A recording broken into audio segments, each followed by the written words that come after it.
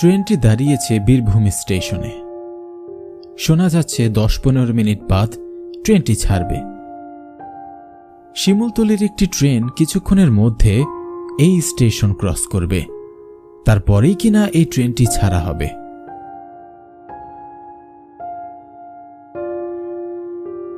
আমার নাম রূপায়ণ। আমার পাশেই বসা লম্বাচড়া ও পাতলা যে ছেলেটিকে দেখছেন, সে হলো আমার বন্ধু বাঁধন। সেই ছোটকাল থেকেই একসঙ্গে বড় হয়েছি। কত রাত যে আমি ওর বাড়িতে কাটিয়েছি তার কোনো হিসেব নেই, পরিমাণটি গণনা করাও কষ্টসাধ্য। বাঁধনের বাবা মা আমাকে তাদের সন্তানের মতোই ভালোবেসে এসেছেন সেই ছোটকাল থেকেই। খানিকক্ষণ পরে শুনতে পেলাম ট্রেনের হর্নের আওয়াজ। মনে হয় ট্রেনটি চলে এসেছে। এই ট্রেনটি ক্রস করলেই আমাদের অপেক্ষার প্রহর কাটবে।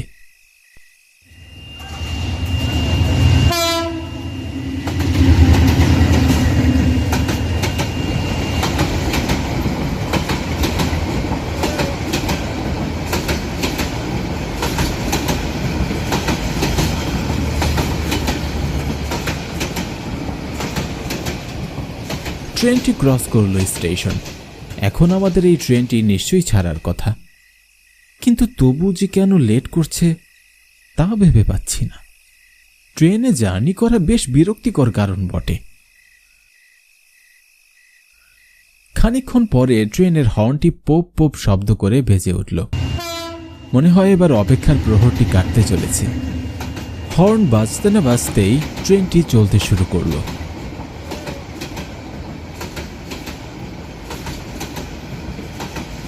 আমরা যাচ্ছি বাঁধনের মামার বাড়ি শান্তিপুরে, মামাতো বোনের বিয়ে উপলক্ষে। সেই 145 কিলো পথ, লম্বা এক জার্নি। ট্রেনটি ছেড়ে দেবার কিছুক্ষণ পর খেয়াল করলুম লাল চাদর পরিহিত এক বৃদ্ধ, বয়স হবে আনুমানিক 50-55 কি 60, এক হাতে একটি কাপড়ের ব্যাগ হাতে নিয়ে আমাদের সামনে এসে দাঁড়ালো। নমস্কার বাবুরা, কিছু মনে না করলে আপনাদের সামনে এই সিটে বসতে পারি? হ্যাঁ জি জি, বসুন বসুন, এ আবার পারমিশন নেবার কি আছে। লোকটি বসে পড়লেন আমাদের সামনের সিটটিতে। ঝক ঝক ঝক ট্রেন চলেছে রাত দুপুরে, ওই ট্রেন চলেছে, ট্রেন চলেছে, ট্রেনের বাড়ি কই? একটু জিরোয় ফের ছুটে যায়, মাঠ পেরুলেই বন, পুলের উপর বাজনা বাজে, জন জনা জন জন। বাহ বাহ দাদু বাহ, বেশ সুন্দর তো বলেছেন। তা আপনার বাড়ি কোথায় দাদু? আমার কথার কোনো জবাব পেলাম না। বৃদ্ধটি তার চোখ দুটো দিয়ে ফ্যাল ফ্যাল করে তাকিয়ে রইল আমাদের দিকে। কি অদ্ভুত তার দৃষ্টিভঙ্গি, কি অদ্ভুত তার চেহারা। দেখে যেন মনে হয় তার চোখ দুটো পাকা আমের মতো গাছ থেকে খসে পড়বে। ভয়ে যেন আমার মনের ভিতরে এক প্রকার শীতল হাওয়া বইতে লাগলো। আমার চোখ দুটো সরিয়ে নিলাম ওনার চোখের উপর থেকে। ভয় পেও না বাবুরা, এখনই ভয় পেলে ওইখানে কি করবে? যখন সে সামনে এসে দাঁড়াবে তখন কি করবে? এখনো তো অনেক পথ বাকি বাবুরা, অনেক পথ বাকি। পাশে থেকে আমার বন্ধু বাঁধন বলল, এই রূপায়ণ, এই লোকটিকে খুব একটা সুবিধার মনে হচ্ছে না। তুই চুপচাপ বসে থাক, লোকটির সঙ্গে আর করে কথা বলিস না। হ্যাঁ রে, তুই ঠিকই বলেছিস, আর কথা বলা যাবে না লোকটির সাথে। আমরা কাঠের মতো চুপ হয়ে বসে রইলাম। এদিকে ট্রেনটি ঝকঝক শব্দ করে ছুটে চলেছে তার গন্তব্যস্থলে। জানালা দিয়ে বয়ে আসছে এক প্রকার শিরশিরি হাওয়া। সেই ঠান্ডা বাতাসগুলো যেন মুখে স্পর্শ করে ছুটে চলেছে বহু দূর ওই রহস্যময় পবনে, ধূসর পল্লী বনে। আর এদিকে এই লোকটি আমাদের দিকে ফিরে ফিরে তাকাচ্ছেন খানিকক্ষণ পর পর। অনেকটা সময় পেরিয়ে গেল। ঘুম থেকে জেগে দুটি চোখ খুলতেই লক্ষ্য করলাম আবারও সেই বৃদ্ধ লোকটি আমাদের দিকেই তাকিয়ে আছে। এ কি অদ্ভুত বিরক্তিকর বিষয়! কখনো ভয় আবার কখনো রাগও লাগছে। ভারী মুসিবতে পড়ে গেলাম দেখা যাচ্ছে। এবার এই বৃদ্ধ লোকটি বললেন, যাচ্ছি চলনতলি স্টেশনে। সেই কতক্ষণ আগের প্রশ্নের উত্তর এখন পাচ্ছি। ভারী অদ্ভুত তো লোকটা। এটা কেমন নাম, চলনতলি স্টেশন? কি? লোকটি ফের কিছুক্ষণ চুপ করে রইল। খানিকক্ষণ পর বলল, রাত বিরেতে সেই স্টেশনে কেউ যাতায়াত করে না, কারণ সেই স্টেশনে রাতে সে আসে। কে আসে দাদু?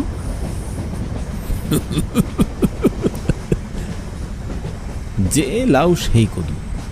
আবার বৃদ্ধ লোকটি এক প্রকার রহস্যজনক হাসি দিয়ে চুপ হয়ে রইলেন।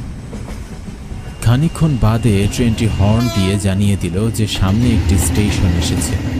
স্টেশনে ট্রেন বেশ কিছুক্ষণ অপেক্ষা করবে, কারণ আবারও একটি ট্রেন স্টেশন ক্রস করবে, তারপরেই এই ট্রেনটি আবার চলতে শুরু করবে। আর যে সহ্য হয় না রে। চল বাইরে গিয়ে চা নাস্তা করি আর ধূমপানও সেরে আসা যাক। হ্যাঁ চল চল, মন মেজাজটা ভালো নেই, একটু খুশি করা যাক বাইরে গিয়ে। নেমে পড়লাম ট্রেন থেকে, কিন্তু এ কেমন অদ্ভুত বিষয়! স্টেশনে একটি মানুষও নেই। একদম জনমানব শূন্য স্টেশন। নেই কোনো দোকান এবং নেই কোনো মানুষের চিহ্ন। চারিদিকে ঘুটঘুটে অন্ধকার আর ঝিঝি পোকার ডাক। বাঁধন বলল, আমি জীবনেও এরকম নিরিবিলি স্টেশন দেখিনি রে বাবু। এ তো স্টেশন নয়, বরং মনে হচ্ছে কোনো শ্মশান ঘাটে এসেছি। যা বলেছিস। চল, কথা বাড়ি আর লাভ নেই, বরং আমরা স্টেশন থেকে বেরিয়ে দেখি বাহিরে কোনো দোকান পাওয়া যায় কিনা। হ্যাঁ তাই বরং ভালো, চল যাই।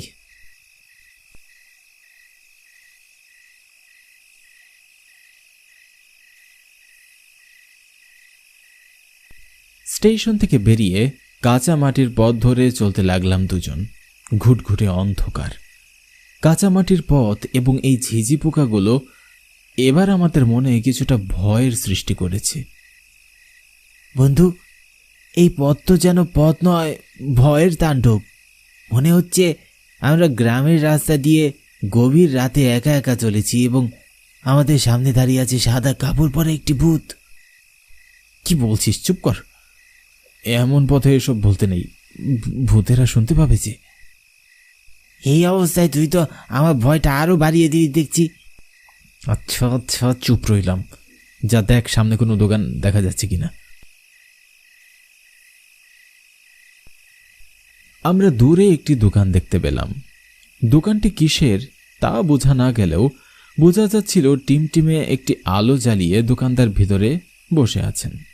তার পাশে ধোঁয়া আকাশে উঠছে। বুঝতে বাকি রইল না যে এটি একটি চায়ের দোকান। হ্যাঁ, সত্যিই তাই।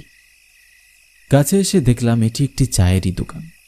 দোকানে দাঁড়িয়ে এক বৃদ্ধ ব্যক্তি, পরনে তার স্যান্ডু গেঞ্জি ও ধুতি। কাকা, জলদি জলদি কড়া করে দুটো চা দিন তো। ট্রেন থেকে এসেছি, বেশি দেরি করলে আবার ট্রেন ছেড়ে চলে যাবে আমাদের। জি, এক্ষুনি দিচ্ছি বাবু। চাটি মুখে দিতেই আমি একদমই থমকে গেলাম। শহরে এত শত চায়ের দোকান, কিন্তু আশ্চর্য, এই পাড়া গায়ের চায়ে এত স্বাদ কি করে! প্রাণ ভরে দুজন 2 কাপ চা খেয়ে আরও 2 কাপ নিয়েছি। এই চায়ের স্বাদ যেন মুখ থেকেই যাবার নয়। প্রাণ ভরে চায়ের তৃপ্তি নিচ্ছিলাম, কিন্তু হঠাৎ শুনতে পেলাম ট্রেনের হর্নের আওয়াজ। বন্ধু, মনে হয় ট্রেনটি ছেড়ে দিয়েছে, চল যাই। চল চল চল, জলদি চল। চায়ের কাপটি মাটিতে ফেলে দুজনে লাগালাম দৌড়। কিন্তু শেষ রক্ষা আর হলো না। ট্রেনটি অনেক আগে স্টেশন ছেড়ে চলে গেছে। বন্ধু, এবার কি হবে? কি আর হবে, পরের ট্রেনে যেতে হবে। আচ্ছা, চায়ের বিল তো দেওয়া হয়নি। যাই, চল চায়ের বিলটা দিয়ে আসি। হ্যাঁ চল চল, আরো 1 কাপ চা খেয়ে নিব না হয়। ট্রেন গেল তো কি হয়েছে, শান্তি করে চাটা তো খেতে হবে। যা বলেছিস ভাই, এমন চা আমি আমার লাইফে কখনো খাইনি। কি যেন জাদু আছে চায়ের মধ্যে। Same to you bro. না কামো চার, চল এখন। ফের চললাম চায়ের দোকানে। আবারও সেই পথ, সেই ঝিঝি পোকা। কিন্তু কি আশ্চর্য, এ কি করে সম্ভব? চায়ের দোকানের কাছে এসে দেখি দোকানটির কোনো অস্তিত্বই নেই। সামনে দুটো ভাঙ্গা কাপ পড়ে আছে। তাহলে কি এটি আমাদের চোখের ভ্রম ছাড়ার কিছুই নয়? কিন্তু তাহলে এখানে এই ভাঙ্গা কাপ দুটো এলে কোত্থেকে? এ কি করে সম্ভব? না, কিছুতেই তো এসব হতে পারে না। বাঁধন, চল একটু সামনে গিয়ে দেখি, হয়তো অন্ধকারে আমরা পথ হারিয়ে গিয়েছি। সামনে গেলে হয়তো দোকানটি নিশ্চয়ই আমরা দেখতে পাবো। হ্যাঁ বেশ, চল তাহলে। আমরা দুজন আবার হাঁটতে লাগলাম। এই ভয়টি মন থেকে কমতে কিনা কমতেই এবার যা দেখলাম তা দেখবার পর আমাদের ভয়ের মাত্রা যেন এবার সীমা লঙ্ঘন করল। সামনে তাকিয়ে দেখি একটি বোর্ডে লেখা আছে চলনতলি স্টেশন। এটি সেই স্টেশন যার কথা ট্রেনের মধ্যে থাকা সেই বৃদ্ধ লোকটি আমাদের বলেছিল। এ ভয় যেন আর কাটিয়ে উঠবার নয়। এমন সময় লক্ষ্য করলাম আমাদের পেছনে কারো উপস্থিতি। আমার বন্ধু বাঁধন আমার পাশে দাঁড়িয়ে আছে। তাহলে আমার পিছনে সে কে? ভয়ে আমার মনের ভিতরে শীতল স্রোত বইতে শুরু করল।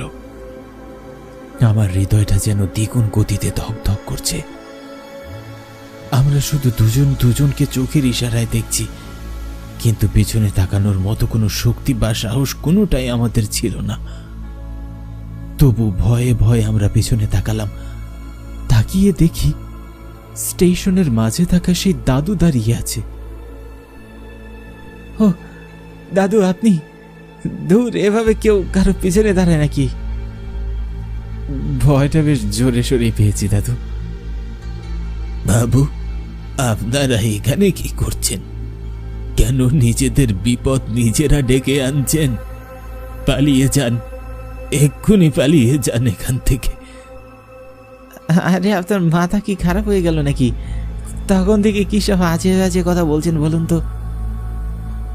আজে বাজে নয়, সে অতি ভয়ানক, সে নরঘাতক।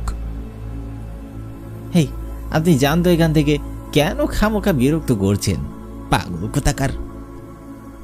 তার ফাঁদে পা দিও না, তোমরা ফিরে যাও, ফিরে যাও তোমরা। লোকটি চলে গেল। আমরা পাথরের মতন দাঁড়িয়ে রইলাম সেখানে। ভাবছিলাম এখন কি করব। বাঁধনকে বললাম, বাঁধন, মনে হয় জায়গাটি আসলেই সুবিধার নয়, চল চলে যাই এখান থেকে। হ্যাঁ, আমারও তাই মনে হচ্ছে, চল। দুজন ভয়ে ভয়ে পথ চলেছি। ভাবছিলাম যাব কোথায়? নেই কোনো হোটেল, নেই কোনো মানুষ। ভাবতে ভাবতে লক্ষ্য করলাম পচা এক প্রকার দুর্গন্ধ নাকে এসে লাগলো। গন্ধটি ছিল অনেকটা পচা মাংসের মতো দুর্গন্ধ। ঠিক তখনই শুনতে পেলাম ভয়ঙ্কর এক কণ্ঠ। এখানে যারা আসে তারা আর ফিরতে পারে না। আমাদের পা থেমে গেল। বুঝতে বাকি রইল না যে আমরা কোনো অশরীরীর পাল্লায় পড়েছি। তবু ভয়ে ভয়ে পিছনে তাকালাম। জীবনে অনেক কিছুই দেখেছি, কিন্তু এমন ভয়ানক দৃষ্টি আগে কখনো দেখিনি। সাদা কাপড় পরা এলোমেলো চুলে একটি নারী ভূত, যার মুখ চোখ দিয়ে রক্ত ঝরছে। কি বিভৎস তার চেহারা! চোখগুলো বড় বড় করে তাকিয়ে রয়েছে আমাদের দিকে। এদিকে বাঁধন সঙ্গে সঙ্গে জ্ঞান হারিয়ে লুটিয়ে পড়ল মাটিতে, আর সেই অশরীরী ধীরে ধীরে এগিয়ে আসছিল আমার দিকে। বাঁচাও, কেউ আমাকে বাঁচাও, কেউ আছো?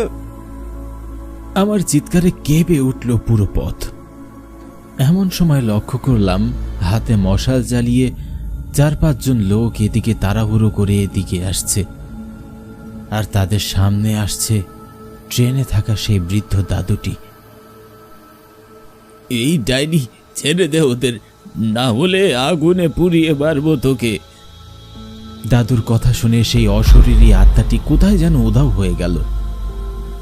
এরপর সকলে বাঁধনের চোখ মুখে জল ছিটিয়ে জ্ঞান ফিরে আনলো, আর আমি ভয়ে পাথরের ন্যায় দাঁড়িয়ে রইলাম সেখানে। খানিকক্ষণ বাদে জল পান করে কিছুটা ভয় আমার কমল। দুজনে বসে পড়লাম মাটিতে। বৃদ্ধ দাদু বলল, আজ তোমাদের ভাগ্য ভালো ছিল, আজ পর্যন্ত এই ভূতের হাত থেকে কারুরই রক্ষা হয়নি। কিন্তু এই ভূত এখানে কবে থেকে আছে, আর কেনই বা সকলের সঙ্গে এমন করে? সে অনেক আগের কথা। এই চলনতলি স্টেশনে রাত 8টার ট্রেনে কাটা পড়ে এক তরুণীর মৃত্যু হয়। তার কোনো নাম পরিচয় জানা যায়নি। ধারণা করা হয় মেয়েটি হয়তোবা ট্রেনের নিচে আত্মহত্যা করেছে। এরপর থেকেই এই ট্রেনের আশেপাশে মেয়েটির আত্মা ঘুরে বেড়ায়। মাঝে মধ্যেই গভীর রাতে তার কান্নার আওয়াজ শোনা যায়। হু হু করে কান্নার শব্দে পুরো স্টেশন যেন কেঁপে ওঠে। তাই রাতের বেলা এই পথ দিয়ে কেউ আর আসা যাওয়া করে না, এবং স্টেশনে কোনো মানুষের চিহ্ন পর্যন্ত পাওয়া যায় না। রাত 8টার পর এখানে আর কোনো ট্রেন থামে না। তোমাদের দেখে আমার মনে হয়েছিল হয়তো আজ তোমরা বড় বিপদের মুখে পড়তে যাচ্ছ, তাই গ্রামের মানুষকে সঙ্গে নিয়ে তোমাদের বাঁচাতে এসেছি। বৃদ্ধ দাদুর কথা শুনে আমার মনের ভয় আর আতঙ্ক যেন আরো বেড়ে উঠল। কিন্তু এখন কি করব আমরা? আপনি বললেন রাত 8টার পর এখানে আর কোনো ট্রেন থামে না, তাহলে আমরা বাড়ি ফিরবো কি করে? ভয় পেও না, কাছেই একটি আবাসিক হোটেল আছে। আজ রাত তোমরা সেখানেই কাটিয়ে দাও। কাল ভোরের আলো ফোটার সঙ্গে সঙ্গে তোমরা চলনতলি স্টেশন ছেড়ে চলে যেও। চলো, আমি তোমাদের হোটেলে রেখে আসছি। এরপর সেই রাতটি আমরা হোটেলে কাটিয়ে সকালবেলা বৃদ্ধ দাদুকে ধন্যবাদ জানিয়ে মামার বাড়ির উদ্দেশ্যে রওনা হলাম।